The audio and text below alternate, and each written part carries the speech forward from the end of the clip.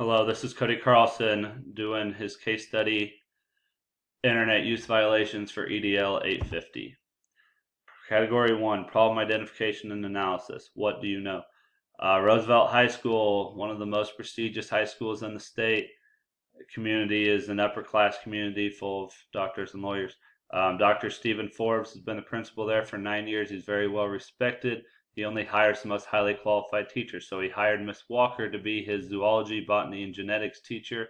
She's in her second year at Roosevelt High School. She's highly qualified because she has an undergrad, a master's, and a 1 year postgrad work. So she's a few years older than a typical second year teacher, but she still is having the same early career struggles with instruction and classroom that others first, second year teachers do. As a teacher, she has high expectations, strict instruction, and a high workload. That's causing complaints from students and parents to Dr. Forbes. They're very unhappy with high work and poor instruction. Students fear they'll receive their first low grade in high school, causing high stress. So Dr. Forbes has conversations with Ms. Walker about professional development, reducing student stress, increasing positive student interaction. This was unsuccessful in implementation the first year. Second year, she receives an unidentified email with a link. This link goes to a web page full of highly suggestive comments about her. The last comment read, "Who wants Miss Walker to disappear?" And that's all that we know from the case study. What do we need to know? We need to know if this is a district or law enforcement issue. I'm going to guess it's a district issue with the use of the word disappear. We need to know the school technology and internet policies that go along with cyberbullying and being able to track students' email and web pages and all of that, and school equipment use. The email would be nice to know who sent it, from when or from where, why, and then the word disappear. Is it a school safety deal, or is it a threat, or is it a prank? And we'd like to know who typed the comment and all the other ones. C, identifying the problem. The giant problem is Miss Walker feels threatened for her safety. The web page and emails make her feel at risk. There's a bunch of sub problems that have led to this. A lack of respect for Miss Walker. The parents talk poorly about Miss Walker. The students follow the parents' actions. The student then thinks it's okay to make a web page that disrespects Miss Walker. That would be improper internet use. So we have a problem with that. And then we have this prestigious high school that has the reputation on the line and that could potentially get a black eye. Category 2, proposed plan of action with appropriate strategies for implementation. My first step would be to inform the proper parties. I'm going to tell my superintendent right away. I'm going to provide him all the information, the web page link, the email, and I want to go discuss the district policies together so we're on the same page, and then look for guidance of how we're going to move forward, who we're going to investigate, and then we're going to contact the technology team. We're going to see if we would have access to tracing the web page and the email of where that came from, and potentially students who use the school device if it leads us there. And then law enforcement, no threats are going to be taken lightly, so we're going to inform the local authorities.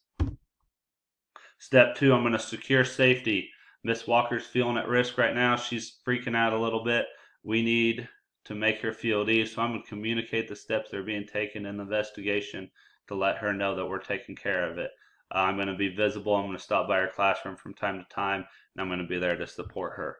And then students, number one job is student safety. Make sure they're safe. With a risk such as a disappear, I wouldn't say we're at a high level of risk, but we got to make sure everything's checkmarked so we have student safety. Step 3, investigate. I'm going to work with the tech team. We're going to find evidence that link the comments to these individuals. While I'm doing this, we have to make sure we stay ethical and professional during research and avoid discrimination. We're going to look for any relationship between students and the comments posted, and we're going to try and keep all this information private till it's time to investigate students, and we're going to try to find as many pieces of factual information as possible. Then it's time to investigate the students. We're going to stay ethical and professional during this investigation. I'm going to keep a level head. I'm going to include other administrators and legal officers to be a part of this investigation, and we're going to keep documents of all conversations and information collected. I will also like to communicate with the students' parents of their child's involvement as soon as they leave my office, showing that we have nothing to hide. And I just want to have full communication with them if they need to know. If that student's in my office, then they should need to know. Category 3, resolve the issues based on promoting the success of all students, promoting the academic success and personal well-being of every student with my first decision, which would be deciding punishments for student involvement. In deciding my punishments, they need to be in accordance of the board policies, and we're going to decide, myself and the superintendent, what, based off the facts, what the punishment should be. And I feel like the punishment should fit the crime for this. This teaches students that there are consequences for their actions regardless of intent, teaching these students some real world application and life rules. Promoting the academic success and personal well-being of every student by teaching all students digital citizenship. How am I going to do that? I'm going to provide digital citizenship lessons that we're going to go over once a week during advisory for the entire year. These students need to know how to properly use and communicate through technology, and we're just going to basically beat a dead horse until they understand, because obviously we're having issues with it. And then I'm going to continue to hold students to high expectations and support teachers that provide valuable classroom experiences for their students. This is a highly prestigious high school. We take pride in having our students be college ready. Well, we're not going to let up and lower our expectations because of this situation. And then we're going to teach all students the importance of respecting others regardless of their opinions. Another real world application life rule. Promoting the academic success and personal well-being of every student by making sure that all of my teachers are professional and have the tools necessary to teach all students successful environments. Like Miss Walker, we're going to have some professional conversations about how to move forward, and we're going to try and build our confidence back up. We're going to decide and sit down together and talk and decide what teaching techniques we can implement into her classroom to improve her teaching and student relationships that will work with her subjects and her teaching styles. I think Miss Walker provides a great educational experience for students learning advanced science subjects like she's teaching, and that's great for this school. So I'm going to help Miss Walker be the best teacher she can be, and by doing that, that's going to be what is best for our students present and in the future.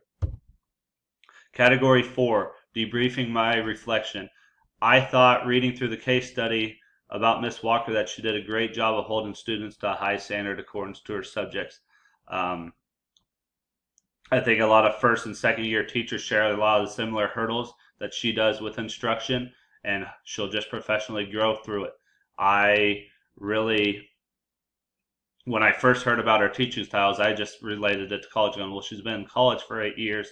That's what she fell back on when she became uncomfortable, and she's teaching like a college class because it's a high level class.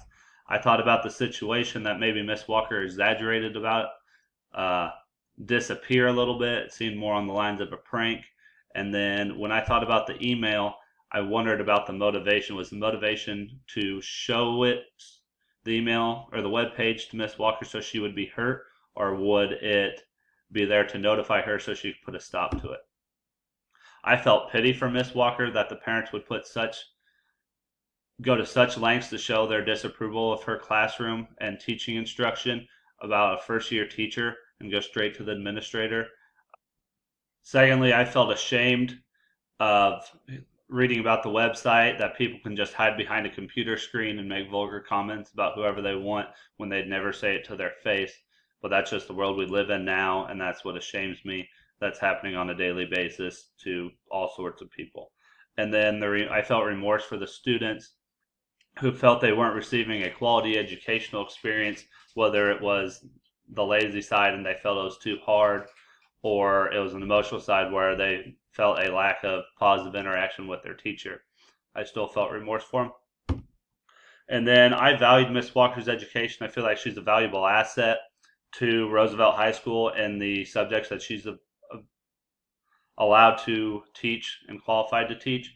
I also value the professionalism of Dr. Forbes, how he handled Miss Walker's phone call with professionalism, even though it was on his off day. He didn't have to take that phone call, but he was sincere about her well-being. And then I value the prestige of Roosevelt High School. That level of success and respect doesn't happen overnight, and that's a credit to Dr. Forbes and all parties who contribute to that. Unresolved issues. How will Miss Walker's class act towards her for the rest of the year after this situation happens? On the flip side, how will Miss Walker treat her students, like Randy, after this situation, when, especially if no one ever got punished for it? How much support does Miss Walker get from the other teachers after this? She looked at the black sheep that brought all these problems to this prestigious school, and then do teachers actually lower their expectations and workloads based on the fear that they don't want this situation to happen to them? And then the reputation of this prestigious school, does it get a black eye from it? And if Dr. Forbes supported Miss Walker in the investigation and punished those students, those parents that loved him and adored him, do they still respect him after that? Those are just a few unresolved issues that I see. Category 5, reflection of Standard 5. Standard 5 is the building level administrator is an educational leader who promotes the success of all students by acting with integrity, fairness, and in an ethical manner. As the building administrator, I will promote the academic success of every student by keeping student safety as my number one objective, following district policy in all situations, taking all threats seriously, promote a positive classroom environment with student relationships, and helping teachers develop proper teaching skills and strategies so they can provide a safe environment where students can be successful. Reflecting on the actions as the building administrator, I promoted the academic success of every student with component 1, demonstrate a sense of integrity and ethical behavior. My decisions by communicating the facts throughout the situation, not hiding anything, talking to my superintendent right away, letting the local authorities know, and then keeping the parties involved informed, like Miss Walker and the staff and the parents when they need to know. And then I also stayed calm and supportive throughout the situation. A teacher came to me with an issue, and I made myself available. And then I was fair and diligent with my investigation. I didn't just go out and accuse a student right away. I followed the path of the policies, and that's what took me to my investigation. Component 2, adhered to ethical principles and professional norms by treating people fairly, equitably, and with dignity and respect.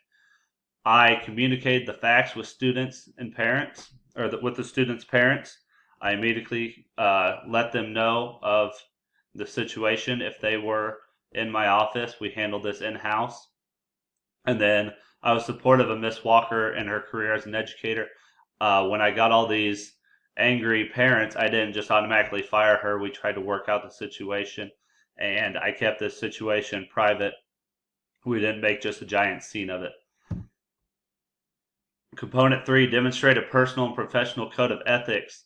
I did this by, I stood up for my teachers in the face of adversity. I communicated with Miss Walker about the level of unsatisfaction from the parents, and I didn't just fire her or blame her for the issues. And then I did not wrongfully accuse a student of wrongdoing. I went through an investigation with an open mind. I did not discriminate.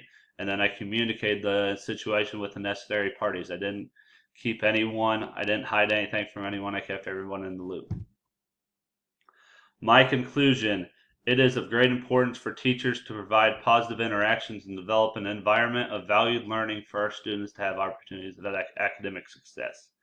Policies must be stated clearly and provide a pathway for administrators to follow in need of situations such as these. It is important for these policies to stay up to date. Lastly, I believe that in this day and age, students must understand the importance of digital citizenship and be wary of their digital footprint and not just put whatever they want on a web page because they can. That is my case study. Thank you very much.